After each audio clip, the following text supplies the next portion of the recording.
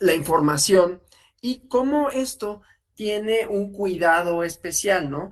Ya decíamos ayer cuando hablábamos de los sujetos de libertad de expresión, cómo es diferenciada, dada la doctrina liberal, ¿no? Diferenciada las obligaciones y los derechos que tenemos las y los ciudadanos en materia de libertad de expresión, a diferencia de lo que pueden tener los gobiernos y algunos otros agentes. Está hasta ahora bastante bien regulado, no digo que bien cumplido, digo bien regulado, quizás muy regulado, quizás hiperregulado, pero eso ya depende de nuestra propia historia legal, jurisdiccional, constitucional, la cuestión relativa a los gobiernos, lo que pueden y lo que no pueden hacer. Van a ver o han visto la propaganda personalizada, que no es que ahí se vincule con la libertad de expresión, pero la propaganda como acto comunicativo, ¿no? En donde podría alegarse, bueno, pues nada más se está informando a la población. Desde luego esto quiere decir que hay, y habrá el módulo respectivo de información y propaganda que es, ¿no? Pero por otro lado, la discusión contemporánea, por lo menos en México, es sobre justamente esos límites, ¿no? Porque está bien resuelto, ya decía, bien resuelto en la ley, bien resuelto en la jurisprudencia, no necesariamente, insisto, bien cumplido por parte de las y los actores políticos en todo momento, pero ¿cuáles son los límites? A lo que pueden decir y cómo pueden decir y hasta dónde, ¿no? Es decir, hay líneas jurisprudenciales robustas en términos de qué se considera libertad de expresión, hasta dónde, qué pueden decir, qué no pueden decir, propaganda que pueda en algún momento poner en riesgo las condiciones de equidad en la contienda. Vamos a decir, para efectos de esta clase, ¿no? Aunque ayer lo había mencionado, que hay dos bienes jurídicos tutelados fundamentales en el régimen sancionador. Uno es la debida formación de opinión pública, de opinión política, de voluntad colectiva, ¿no?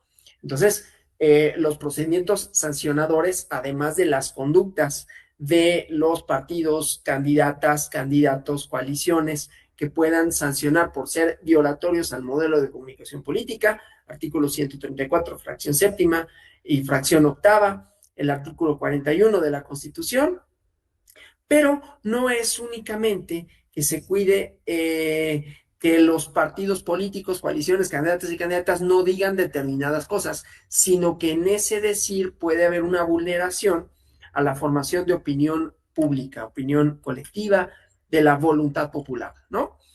¿Esto qué quiere decir? Que ya lo había comentado el día de ayer, ¿no? Nuestras decisiones políticas, como cualquiera otra, están mediadas por nuestro entorno, ¿no? Uno de estos entornos es la propaganda, la publicidad, ¿no? Comercial, etcétera, que pueden o no tener una injerencia en nuestra decisión. Digo, pueden o no, porque también nosotros somos sujetos activos en este proceso comunicativo. Entonces, recibimos la información, la procesamos y tenemos una opinión. Pero en ese sentido, entonces, en principio, toda la información que así lo fuera tendría que ser bienvenida, siempre y cuando no suponga en ese proceso de mediación una mediación indebida. ¿Cuáles son las mediaciones indebidas? Bueno, las que generan que las condiciones para la formación de voluntad colectiva no sean óptimas. Y entonces va vinculado con el otro bien jurídico tutelado, que es la equidad en la contienda, ¿no? Que todos los partidos políticos, candidatas, candidatos, puedan tener las mismas posibilidades de emitir el mensaje. Desde luego, esto para saber si hay una omisión, perdón, una intromisión indebida, pues habrá que contestar. El otro partido, candidato, candidata, coalición, tiene las mismas posibilidades materiales de refutar, de pronunciarse con eso que está diciendo la persona, y si la respuesta es no, entonces tenemos una condición de equidad, ¿sí? Esto, por ejemplo, cuando se trata de comunicación gubernamental, el gobierno, en cualquiera de sus niveles, tiene medios por los cuales puede informar a la población, inclusive hablar del ejercicio del gobierno, como gobierno, no como perteneciente a un partido, no como una figura específica para posicionarse, ¿no? Ahí es donde vemos la parte indebida, porque si hacemos este ejercicio que decía, pues el otro partido, candidata, candidato, coalición, al no ser gobierno, el que no lo fuera, no tiene las mismas posibilidades de emitir un mensaje, pero por otro lado tampoco de contestar a este. Ese es el objetivo de las campañas, ¿no? En una campaña se distribuyen los tiempos entre las coaliciones, candidatas, partidos, ¿no? De manera equitativa y de manera proporcional a sus votaciones. Y entonces ahí el mensaje sería, ¿no? Que es equitativo. Yo tengo las mismas posibilidades de llegar a la esfera pública y por lo tanto de influir en la formación de voluntad colectiva. Pero obviamente ha habido y puede haber otros agentes en ese proceso de voluntad colectiva, no solo los gobiernos, agentes externos. Eso fue lo que cambió realmente en 2007, ¿no? Quitarle ese monopolio a los medios de comunicación para vender espacios en la televisión, para que y con ello no solo a los partidos políticos, ¿no? Sino a otros actores que podían tener una influencia en la formación de voluntad colectiva, ¿no? Ese es un tema, ¿no? ¿Quiénes pueden participar en el proceso de formación de voluntad colectiva? Y luego vamos a decir cuándo se puede y cuándo no. Todo ello como parte de esta idea general que ayer trazamos de la libertad de expresión, la importancia y su contenido, ¿no? Entonces, hay distintos actos, ¿no? Distintos actos que suceden durante los procesos electorales o fuera de ellos que suponen, de alguna manera, la exposición pública de un gobierno, de una persona, de un programa de acción y que esto lo digo como una hipótesis, posibilidad, influir en los resultados electorales, ¿no? Entonces, vamos a ver algunos límites, ¿no?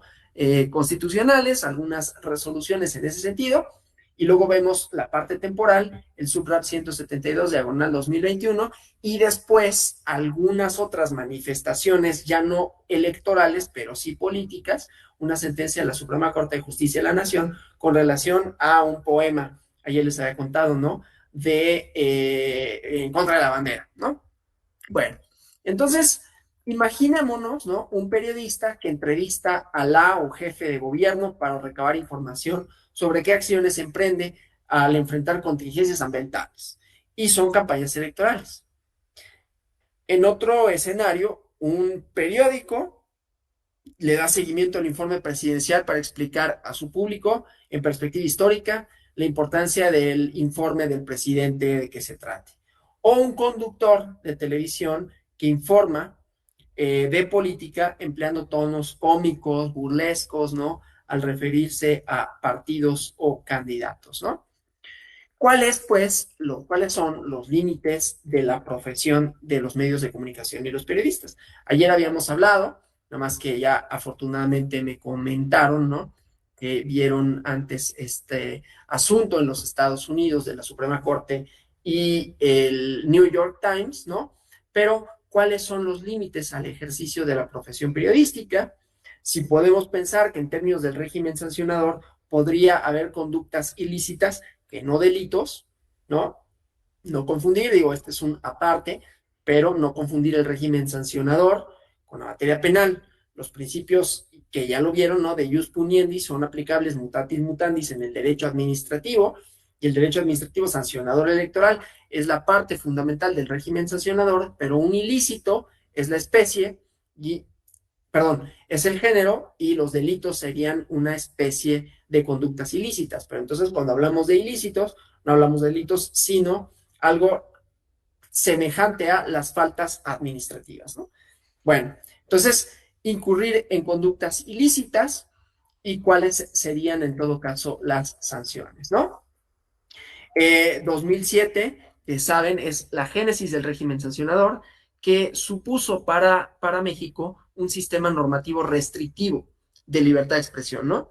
Que tiende a acotar la libertad de prensa de cara a las reglas de la competencia electoral, porque es el vehículo para la transmisión de expresiones que pudieran no ser respetuosas del sistema jurídico. Es importante decir que es del sistema jurídico, a pesar de que referí bienes jurídicos tutelados, pero es finalmente un sistema jurídico atado a normas, ¿no? Por eso decimos, es muy restrictivo, ¿no? En términos liberales, inclusive es excesivamente restrictivo, el contenido, los bienes, ¿no? Pero bueno, se formó por esta coyuntura electoral de 2006-2007. Y entonces en la Constitución hay un modelo de comunicación política que prohíbe partidos, candidatos particulares contratar o adquirir tiempos en radio y televisión, causal de nulidad, ¿no? Y expresiones calumniosas, ¿no? De las personas en la propaganda política, el cómo, lo que se difunde, ¿no? Prevé que la compra o adquisición ilegal de cobertura informativa causa la nulidad de la elección, establece que la propaganda del gobierno, ¿no? Es decir, aquellas acciones tendientes a posicionar al gobierno, a decir cuáles han sido sus logros, son igualmente restringidos en tiempo, ¿no? La comunicación social no debe de exaltar a los servidores públicos, no debe de ser utilizada para posicionar a un posible candidato o candidata, ¿no? En estas cuestiones de la equidad. La Ley General de Instituciones y Procedimientos Electorales y ordena instruir procedimientos especiales sancionadores cuando se denuncien estas conductas, ¿no? Violatorias a los artículos 41, 134 y que contravengan normas sobre propaganda política electoral. La sala especializada habló por primera vez en 2015 en un expediente es SRPSC, Procedimiento Especial Sancionador 13/2015, un caso López Dóriga, ¿no? Donde habló por primera vez del manto jurídico protector de la libertad de prensa en el debate público. Amonestó a un partido político por utilizar injustificadamente la imagen de un periodista en un spot televisivo que se transmitió dentro de las pautas ordenadas por el INE y concluyó que si bien el partido utilizaba un contexto de crítica a funcionarios públicos y su desempeño en cuestiones de economía y seguridad, no se observa crítica alguna al periodista por sus ideas y opiniones